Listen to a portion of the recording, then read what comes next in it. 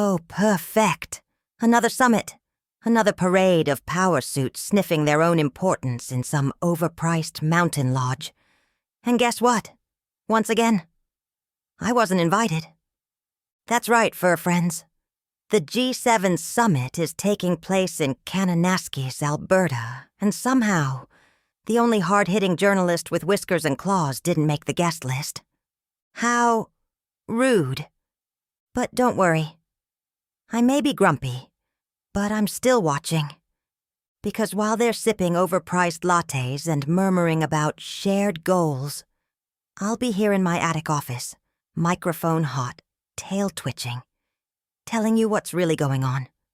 So curl up, pay attention, and put down that tuna tin.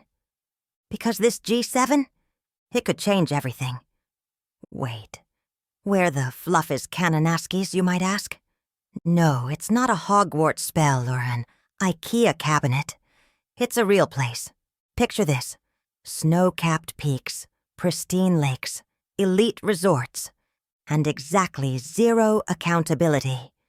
It's where politicians go to look rustic while plotting economic strategies in wool vests that cost more than your car insurance. And this year it's where the G7, Canada, the US, the UK, France, Germany, Italy, Japan, plus a few special guests, is gathering for what could be the most consequential summit of the decade. Who's hosting?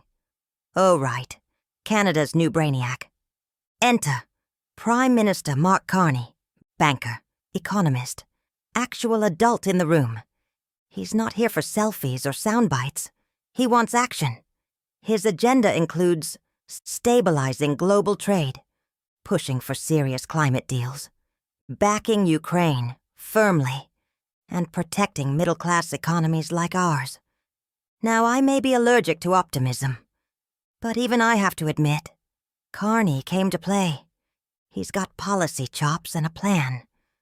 What he doesn't have? A summit free of human wrecking balls. Which brings me to... What is Trump doing there? Who let him back in? Yes, that orange menace is back. Donald J. Trump, somehow reinstalled as President of the United States, is attending the summit. He's bringing a suitcase full of tariffs on Canadian products, a fistful of anti-climate nonsense, and the same tired shtick about NATO freeloaders and America First isolationism. He's already slapping penalties on Canadian EVs, clean tech, and steel. And don't expect him to sign on to anything that smells like cooperation. Honestly, he's the international version of that neighbor who throws fireworks at 2 a.m. and then complains about noise bylaws. What's actually being discussed? Now let's dig into the actual agenda, because this matters. 1. The global economy, inflation, trade breakdowns, recession fears. Carney's hoping to rally support for fairer global trade, especially after the economic sabotage from Trump's tariffs. 2. Climate crisis. Will the G7 make real moves? Or just purr softly and carry no stick? 3. Ukraine. Zelensky is expected to attend.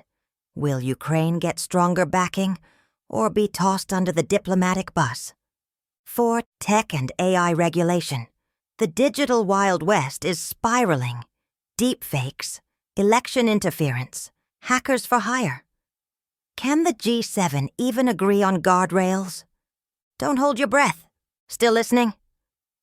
Good. Because this isn't just some global gabfest. It's where decisions get made that ripple into your home, your job, and your grocery bill. So here's what I want you to do. Post, tag right. Tell your MP, we're watching, we care. This summit isn't just for lobbyists and lapdogs. It's for all of us. And we don't fetch. Oh, and I would appreciate a like and subscribe. It might allay my hurt feelings at not being invited. Here's the real kicker. They'll talk climate while flying private. They'll toast to freedom while tolerating autocrats. They'll pledge support, then underfund it into oblivion. This is what the G7 does best. Big talk, soft pause, cold fish. Carney may want change. But unless the public pressures their leaders, this could be just another scenic summit with a shiny hashtag and 0 teeth. Here's my predictions of how this fiasco will go down. Carney will win a trade side deal, probably with Europe. Trump will cause a scandal, possibly over shrimp tempura or the term collective responsibility. Ukraine will get aid, but not enough. Climate commitments will be vague and cowardly. And I'll keep shedding fur in protest. So, Kananaskis, or catastrophe. This summit could be a turning point.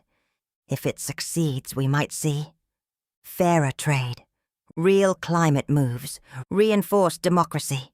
If it fails, higher bills, weak allies, and one step closer to global disarray. The world is watching. So am I. And if these world leaders think they can ghost the public and purr their way out of accountability, they're gonna find out real quick. You don't snub a tabby with a microphone. This has been Crabby Tabby at Fur the Record, reporting from the only newsroom with a window view of the Northern Lights and a no-tolerance policy for global nonsense. Catch you after the summit, and next time tell your MP to send me an invite.